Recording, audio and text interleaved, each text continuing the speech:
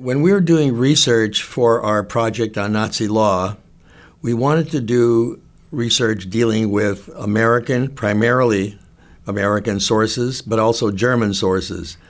We found very, very little that related to the law and the evolution of law from the origins of the Nazi Party all the way to the post-Nuremberg period. So we found enough to start us out, and then we found interviewees for the book, film, and symposium. So this is a 3-year-long project just coming to fruition with the publication of this book. And the focus on this book primarily is the idea of having different authors who know something about constitutional law, about Nazi law, international law, to contribute an essay for this book. And we also did interviews at the same time for a symposium, a conference actually, of 2 days that dealt with various issues in Nazi law. So many of the panelists at the conference also wrote for the book. So this is a project that included a book, a conference, as well as a documentary called Nazi Law, Legally Blind. So the origins of the book itself is 20 years old, actually. We did a book on Nazi medicine back in 1995. We brought Nazi scholars, some doctors, to Boston College for a conference. And out of that conference came a film and a book.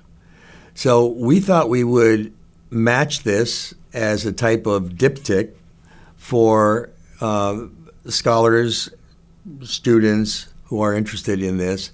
And we published the text on Nazi medicine and now Nazi law as a companion piece. So that's how the project began maybe 20 years ago, thinking about how this would work out. But after many films and a couple of other publications, we decided we would do something simply focused on Nazi law. But we did incorporate in one section Nazi doctors.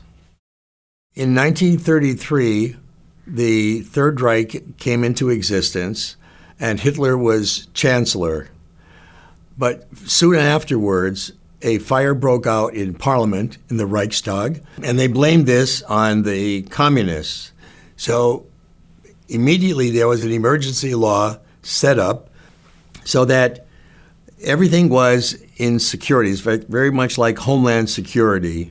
And that kind of system reversed this idea of law as it was known before during the Weimar Republic. The constitutional law was put on hold. It was in limbo because of this emergency. And as a result, everything was held in check. Liberties were taken away, freedom of speech, freedom of assembly, and so on. So that this was the beginning of the end for law as it was known before. The Jews who were in the professions were the best at this, whether it would be law, medicine, other civil services, but they were the best. But pretty soon they were eradicated. So step by step, you remove all the roadblocks in terms of the professions that were primarily Jewish and also communist, and all of a sudden the essence of law is overturned. And that was in 1933 to 35.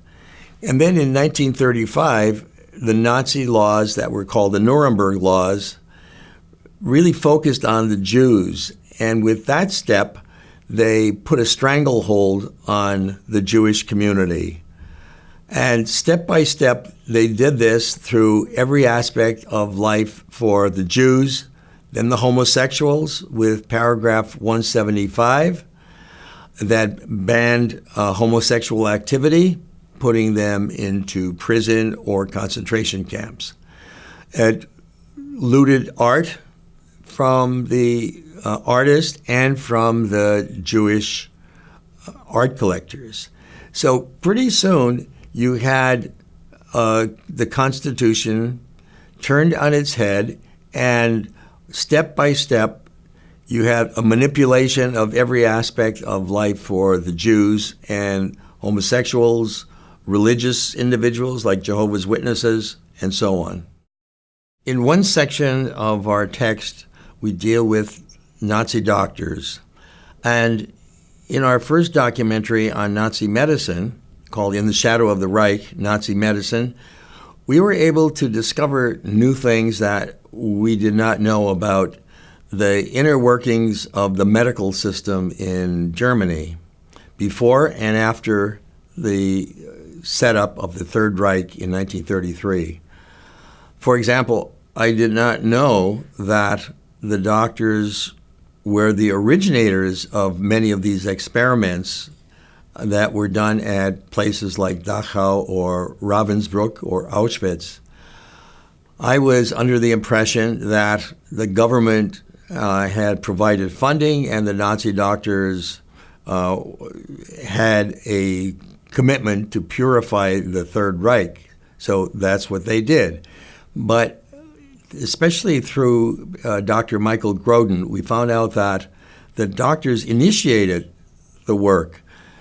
They were able to create the experiments, whether it was freezing experiments to test how long it would take a pilot to die in the North Atlantic, by placing the Jewish prisoners and other prisoners in ice.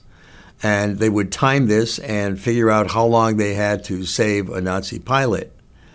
So in this respect, there were things that were communicated by, first of all, a Nazi doctor that we met at Auschwitz to be reconciled. And secondly, through other doctors who were interviewed, we were able to discover that the American foundations helped with Nazi medicine, primarily because we were interested in eugenics and the purification of society. So we already were on the avant-garde in this respect, but we did not do these lethal experiments. We had other types of experiments in the United States, such as the Tuskegee experiment and so on. But I think that, our section on Nazi doctors and Aryan doctors who basically were very pleased that the Nazis were able to remove the Jews from the profession because they profited. So as a result, we were able to discover these things through our research and these interviews, and then finally the contributors, so that we were able to offer, something very, well documented in our text. And we did the same earlier on in the film, but this section brings it right up to date with doctors who are unethical, who, for example, were witnesses to the torture at the Iraqi prison Abu Ghraib. So we were able to understand a lot more, I think, 20 years later after our first research. In 1934 and 1935, because of the German laws about civil service, the Jews were eliminated from the practice of their professions, medicine and law. And with the Civil Service Act, the Aryan doctors were able to control the medical profession and the legal profession because all of the competition was eliminated. And, I feel that the Aryan doctors said nothing, first of all, and secondly, they were delighted that they had more clientele that were usually handled by the Jewish professionals. Religion, I find, is a double-edged sword. It can really help the situation, and it can also harm the situation. With respect to the Protestant churches, the nationalists German church was very much interested in the Nazi Party and followed along. All of those principles that were part and parcel of the program for National Socialism were primarily accepted by the Protestant group that was known as the National Church. But the other side of the coin is the Protestant confessing church. Those members of that church, I think, were really part of a resistance to the Nazi policies. They were the people like Bonhoeffer, Niemöller, who rejected the principles of National Socialism and urged their members to follow their conscience. And I see that as a part of the spiritual resistance during the Third Reich. Some of them went to prison. Others went to concentration camps. But they followed their faith very religiously. With respect to the Catholic Church, there's a certain ambivalence. I think in 1933, maybe 35, Catholics saw that maybe this was a way to improve the economy, the various programs. Hitler was reconstructing a debilitated Germany. So many of them went along with some of the policies. But gradually, when programs such as the euthanasia one began in 1939, Catholics started to oppose the government policies. And people like Bernard Lichtenberg, Cardinal, who was then Bishop von Galen, preached against it. So I think that many Catholics did not abide by some of those policies. Other Catholics tried to remain neutral. And then the last part of the Catholics said, well, this is only something for the time being. This is ephemeral. We'll go along and we'll get along. But I think in the long run, we see that the Catholic Church could have spoken out more, but there were many heroic individuals who did speak out. The future Pope, Roncalli, Pope John the 23rd, was one of those individuals who did things behind the scenes. And they were the papal nuncios who knew what was happening in terms of the elimination of Jews in countries such as Poland, the Baltic area, and Russia. So they spoke out against it and let the Vatican know about this. So the big question is, did the Pope speak out enough to warrant his supposed silence verdict that many people attached to him? And I think he followed the path of realpolitik. He tried not to make waves to get Hitler to persecute more Catholics, but at the same time, he had all of his members of the clergy, and especially those papal nuncios, help try to rescue Jews, allow them safe passage into convents and monasteries, perhaps even writing up fake baptismal certificates so that they were able to assist Jews in this time of trial. So there are two sides of the Pope's image and Catholicism. And until the Vatican archives are open fully, we won't get the big picture. But right now, there are many good scholars and writers, we've had a few for our book, who are able to add something about the nuances of Catholicism during the Third Reich. In terms of art, there is a big question about what modern art was able to contribute to Germany. We see it as a major step, especially in expressionism, German expressionism. So the Nazis were of two minds. Some of the administration liked modern art and saved it for their collection. Hitler did not like modern art. He felt that it was a horror show, and that's why Goebbels, under Hitler's suggestions, created the degenerate art show. And they amassed all of these works of art that we know today as great works, like Chagall, Picasso, Kirchner, Nolde, and they put them into this collection for a museum exhibition. And they rearranged it in such a way that it was laughable. They were tilted, they had scribbles, graffiti. So it was an attempt at looking down upon modern art as a scourge because it wasn't Aryan enough. But at the same time, some of the administration felt that this was worthwhile to take from the German museums, to sell, and to put that money into the coffers of the Third Reich.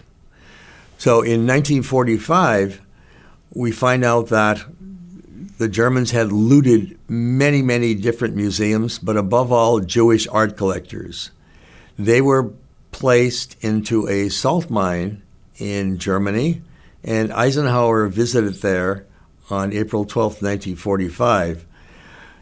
This was an area that had equivalent to $1 million of gold stashed away along with artworks. So that was an idea that gave us the idea that this was something that had to be pursued because there was more stolen art than we had imagined. So the Monuments Men were created as an organization to help locate, restore, and to catalog everything that was stolen by the Nazis. And the fight is still going on in court, with the provenance of some of these works of art.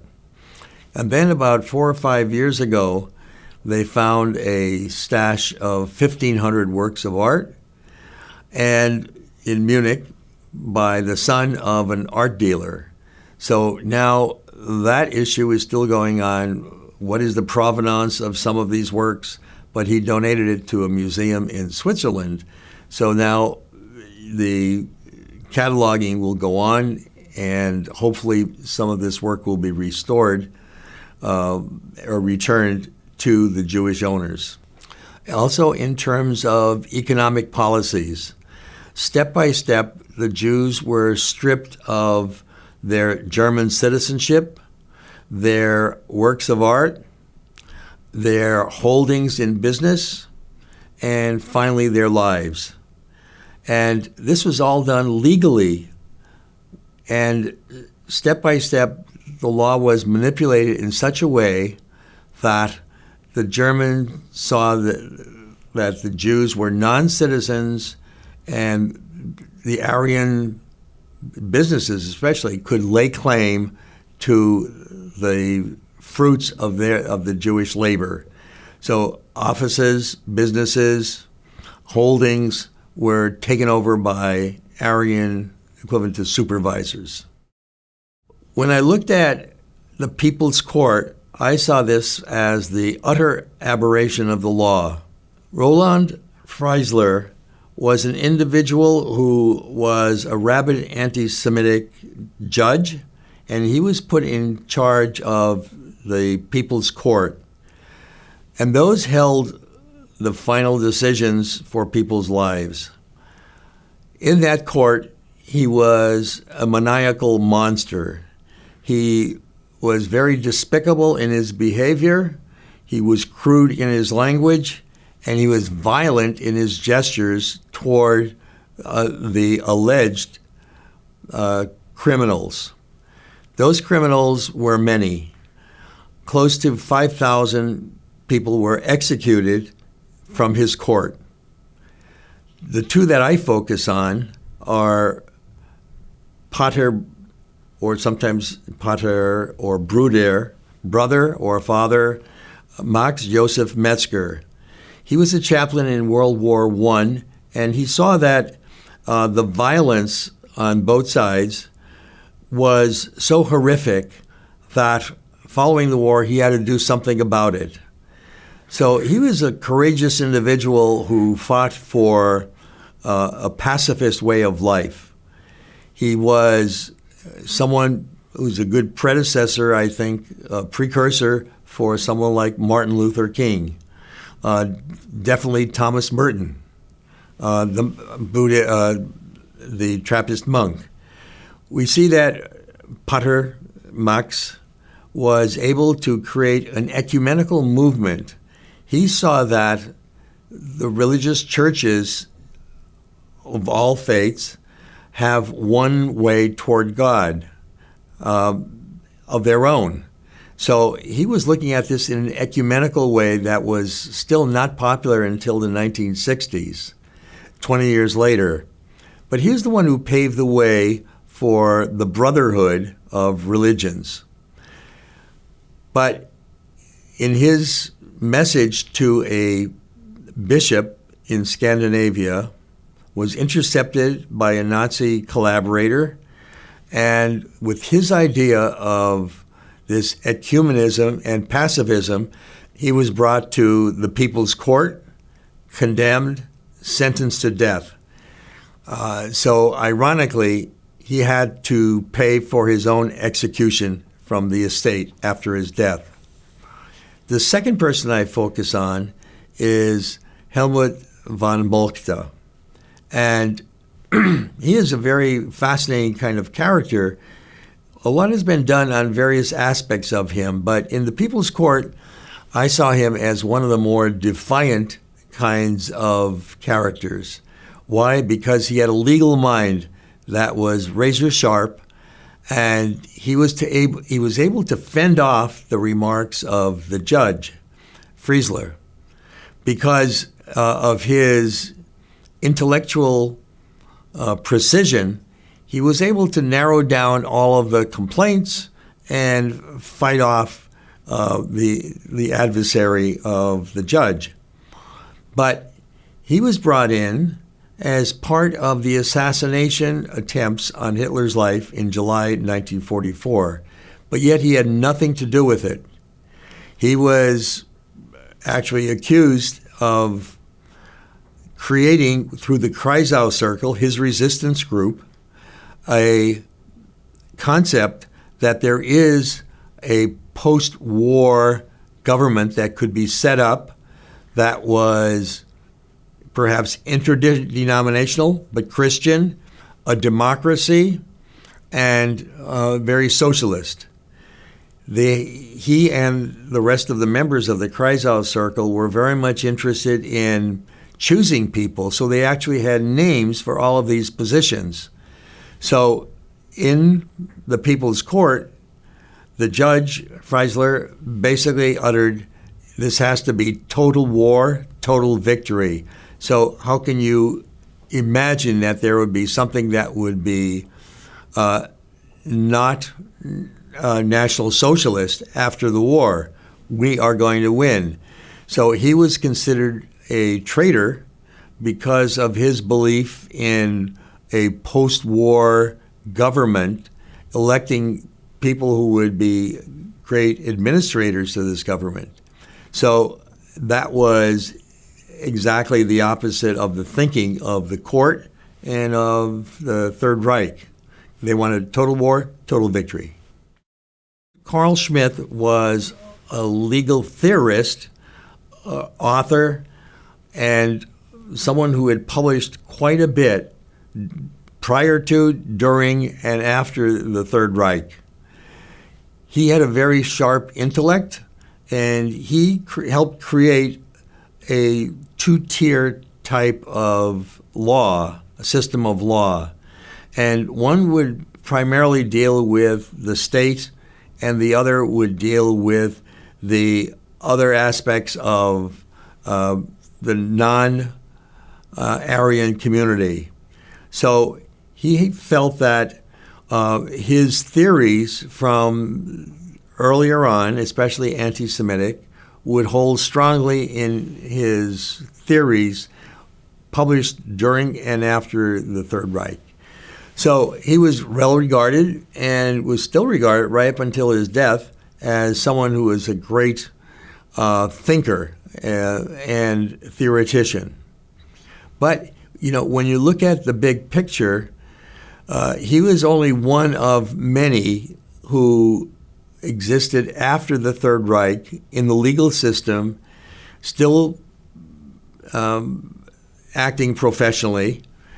And what became more apparent as they looked at the lawyers, attorneys in Nazi Germany after the war, they saw that many moved to the West,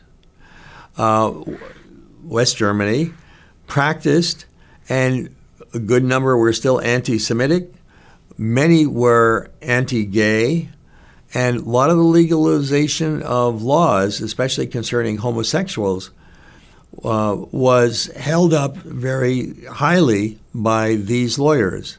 In fact, there was a large migration of lawyers to the West, and as a result, the law of West Germany still felt the impact of those lawyers who practiced during the Third Reich. So when they did a study of these individuals, they saw that some of the same policies were very cryptic and were tainted by some of these Nazi lawyers who now, had their careers airbrushed, so they went right back into practice. And even some of the Nazi doctors, they moved to the West or they practiced in other parts of Germany. Some of them went back into a family practice. We saw Kurt Waldheim, head of the World Health Organization, was a Nazi. So, we find out later on that after the chaos of the war, everything shifted so that you didn't know exactly who was whom. And in the United States, we were bringing some of these individuals here to be spies against the Russians, or scientists like Wernher von Braun to help with our space program. So after the war, you had this sense that we're going to try to accept those individuals who could help us in the United States against our Cold War enemy of Russia. I see the Nuremberg trials as the first major step toward creating a policy of international law that is still apparent today, with the criminal courts, the international criminal courts set up for Rwanda, former Yugoslavia, Cambodia. So that first step was something that was planned from 1942-43 right until the first major international military tribunal in Nuremberg in the fall of 1945. The Russians really helped to contribute to this, despite the fact that they would later become our enemy in the Cold War.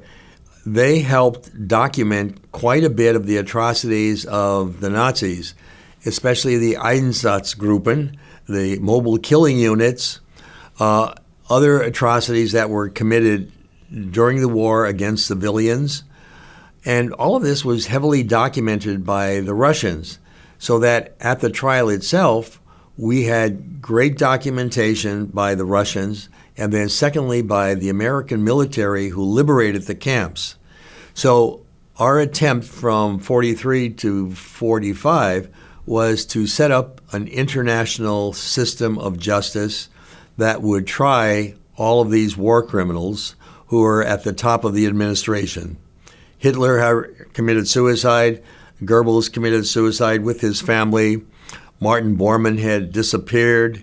Goering was captured. Himmler was later captured, found dead.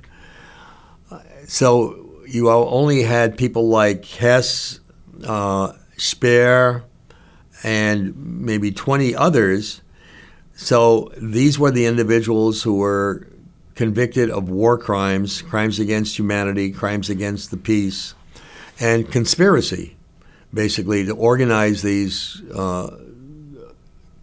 organizations, let's say, like the SS and so on. So that was the first trial that I think achieved a lot. And again, people saw it as victor's justice. We had won, so we're the ones in court. But everyone was given a fair trial. The Germans had a defense system that was very positive, that helped to give their side of the issue. But Robert Jackson, the chief prosecutor for the United States, was very effective in allowing this international law to take place. Churchill and Stalin wanted to execute a lot of these individuals without a fair trial. The Russians thought it would be a show trial, and they were disappointed that several of the war criminals were acquitted because they felt that, everybody should be executed. Goering escaped the execution by committing suicide just hours before he was about to be hanged. But the rest of them who went to prison were out by the 1960s and back into civilian life. Same for the doctors and lawyers, who were convicted, say the judges. There was a legal court for a legal trial for the judges as well. The film that captures that very cleverly, I think, is Judgment at Nuremberg, where the judges were put on trial, with Spencer Tracy being the American prosecutor.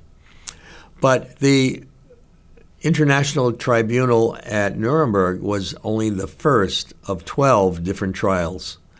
We often study the Nuremberg trials as one unit in 1945-46, but they went on for a number of years, all 12, and they held court with people like the scientists or chemists, business owners. The Nazi doctors were put on trial, the SS. So there are 12 trials altogether, and I think when you look at the big picture of the Nuremberg trials, all 12 tried to bring to justice those who were the most committed to the Nazi policies, who committed these atrocities. But at the same time, later on, we see more trials within the past several years, and since the statute of limitations has expired, they're now using a different system of trying these individuals, and it's aiding and abetting the criminal activity of the Nazis. So now 30 Auschwitz guards were searched for so that they could be put on trial for their criminal activity during the Holocaust.